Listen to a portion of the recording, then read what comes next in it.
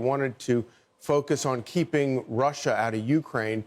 Russia is now in Ukraine. We have a war there. We have a war in Israel. And, of course, China and Russia are closer aligned today than probably they have ever been. And I'm wondering, what is he going to talk about in his speech?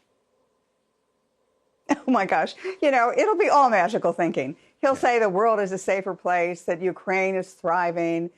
He'll take credit probably for Israel's achievements, even though President Biden was the one who told Israel, don't do this, don't do that. Israel did it, and Israel had great success against Iran's proxies. He'll probably also talk about his improved diplomacy. He's been meeting. He'll tell you how many people he's met with, and he'll effectively say, well, America's back. I restored American global leadership. None of it is true. And that's why when President Trump comes into office 1 week later, it's going to be a completely different time. America will change from Joe Biden's failed foreign policies. As you point out, you know, we're potentially in a war in the Middle East. We're in a war in Europe. We're potentially in a war with China, Taiwan.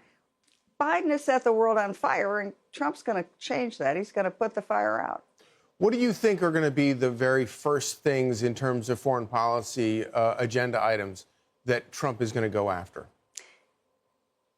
Well, as he said already, he's going to say, drill, baby, drill. Now, what does that mean? It means he's going to unleash the American energy industry. So a couple of things will happen.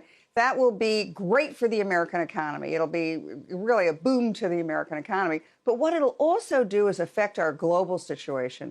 Trump talks a lot about, President Trump says energy, not just energy independence, energy dominance. And that means the United States has the ability to power the world for all of its energy needs for hundreds of years, just with our own stuff. And so President Trump will unleash that. What that does then is it tells the Europeans, we'll be able to sell liquefied natural gas to you. You don't have to worry about freezing in the winter or being blackmailed by Russia. What it does is tell Russia and Iran, look, we're going to be the world energy suppliers, not you. And as a result, you're going to go bankrupt. And what happens then? Well, he's going to push Russia to the negotiating table with Ukraine. They'll find a deal. Then he's going to go to the Iranians and say, look, you know, your prospects are not good. He'll probably unleash Israel on Iran to kind of finish the job of the Iranian, going after the Iranian proxies. But also what President Trump will do, the second thing that's important is trade. Trump understands that the United States is the world's biggest market.